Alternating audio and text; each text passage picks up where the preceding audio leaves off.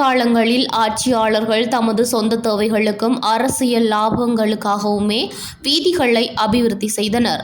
ஆனால் தற்போதைய அரசாங்கமே மக்களின் அடிப்படை தேவைகளை உணர்ந்து வீதிகள், பாலங்கள் மற்றும் இறங்குதுறைகளை அபிவிருத்தி செய்து வருகின்றது. நான் யாழ் மாவட்ட செயலராக கடமையாற்றிய காலத்தில் எவையெல்லாம் சாத்தியமற்ற கனவுகளாக இருந்தனவோ அவை இன்று இக்கால பகுதியில் நனவாக இருக்கின்றன என வடக்கு மாகாண கௌரவ ஆளுநர் என் வேதநாயகன் தெரிவித்தார். வடக்கு மாகாணத்தில் வீதி கட்டமைப்பை மேம்படுத்தும் நோக்கில் பொதுமக்களின் வரிப்பணத்தை பயன்படுத்தி செயற்படுத்தப்படும் மறுமலர்ச்சிக்கான பாதை திட்டத்தின் கீழ் ஆவரங்கால் தொண்டைமானாறு வீதி மேம்படுத்தல் மற்றும் நிர்மாண பணிகளின் ஆரம்ப நிகழ்வு இன்று புதன்கிழமை 11ஆம் தேதி காலை அச்சுவேலி மத்திய பேருந்து நிலையத்தில் நடைபெற்றது.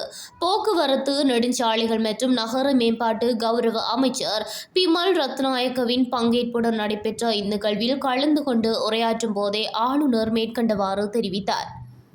வரி நீங்கலாக சுமார் 680 மில்லியன் ரூபாய் மதிப்பீட்டில் 6.03 கிலோமீட்டர் நீளத்துக்கு இவ்வீதி முழுமையாக புனரமைக்கப்பட உள்ளது.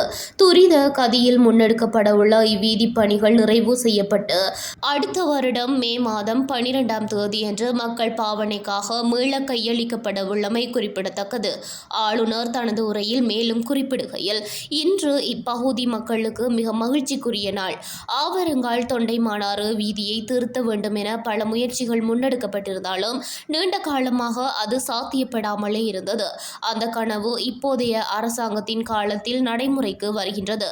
கௌரவ அமைச்சர் பிமல் ரத்நாயக்க அவர்கள் வடக்கு மக்கள் மீது விசேட கரிசனையுடையவர். அவர் கடந்த காலத்தில் எதிர்க்கட்சி நாடாளுமன்ற உறுப்பினராக இருந்தபோதே எமது மக்களின் துயரங்களை அறிந்தவர். நான் யாழ் மாவட்ட செயலராக பணியாற்றிய அக்கால பகுதியில் அவர் தனது நாடாளுமன்ற உறுப்பினருக்கான பன்முகப்படுத்தப்பட்ட நிதியொதுக்கீட்டில் யாழ்ப்பாண மக்களுக்கும் நிதியொதுக்கியிருந்தார். அந்தளவு தூரம் எமது மக்கள் தொடர்பில் அக்கறை கொண்டவர். எனவே அவர் நெடுஞ்சாலைகள் மற்றும் நகர அபிவிருத்தி அமைச்சராக உள்ள இக்காலத்தில் எமது மாகாணத்தின் அபிவிருத்திகளை சிறப்பாக செய்ய முடியும். இவ்வாய்ப்பை நாம் முழுமையாக பயன்படுத்திக் கொள்ள வேண்டும் என்றார். நிகழ்வின் ஆரம்பத்தில் சமய வழிபாடுகள் இடம்பெற்றதை தொடர்ந்து வீதி புனரமைப்புக்கான பெயர் பலகையை அமைச்சர் மற்றும் ஆளுநர் ஆகியோர் திரை நீக்கம் செய்து வைத்து நிர்மாண பணிகளை உத்தியோகபூர்வமாக ஆரம்பித்து வைத்தனர்.